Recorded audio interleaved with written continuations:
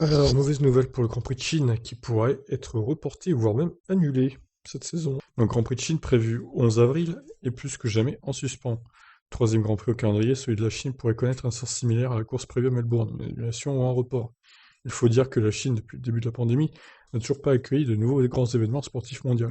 La course de FE, prévue à Sanya, a été également reportée. Ibin Yang, manager général du promoteur de la course, Joss Evans, qui chapeaute aussi la carrière du jeune Renault Guan Zhou, jeune pilote, Renault, ils ont dit pilote, a confirmé auprès des médias locaux avoir sollicité auprès de la FOM un report de l'épreuve. Une demi-surprise étant donné les nouvelles que nous vous rapportions récemment. Nous avons été en contact avec la F1 par conférence téléphonique presque chaque semaine. Bien que le calendrier soit en place comme d'habitude, je pense qu'il est très incertain que la course de F1 ait lieu au premier semestre de l'année en avril.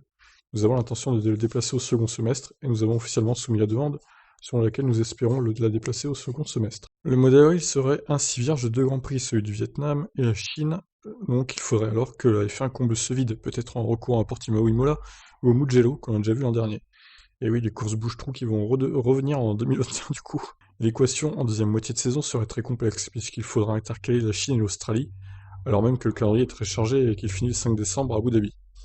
Ibin Yang reconnaît que les bouchons au calendrier F1 pourraient rendre difficile l'organisation de la course sur le circuit de Shanghai, d'autant plus que le promoteur doit organiser d'autres événements dans la ville, notamment du tennis.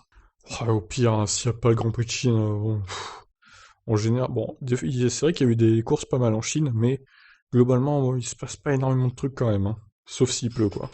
Pour déplacer le Grand Prix au second semestre, cela dépend du plan du gouvernement de la ville. Si nous reportons tous les événements internationaux à la deuxième moitié de l'année, ce sera au-delà de la capacité d'accueil de la ville. Pour accueillir successivement n'importe quel événement, il faut faire appel à des moyens publics de masse, tels que la police et les services de santé. Si nous devons accueillir tous les grands événements au second semestre, la ville sera confrontée à un manque de ressources publiques, ainsi qu'à des conflits en termes de marketing entre les uns et les autres.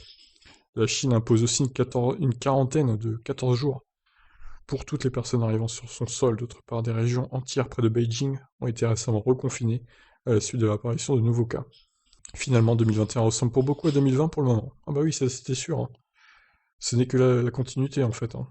Voilà, donc attendez-vous à revoir des courses bouche-trou sur des circuits comme Mugello, Portimao, Imola. C'est quasi sûr qu'on va revoir ces circuits du coup, hein. La Turquie, peut-être même si c'est après avril du coup, on aimerait bien aussi revoir la Turquie parce que le Grand Prix de Turquie était génial, hein, en 2020.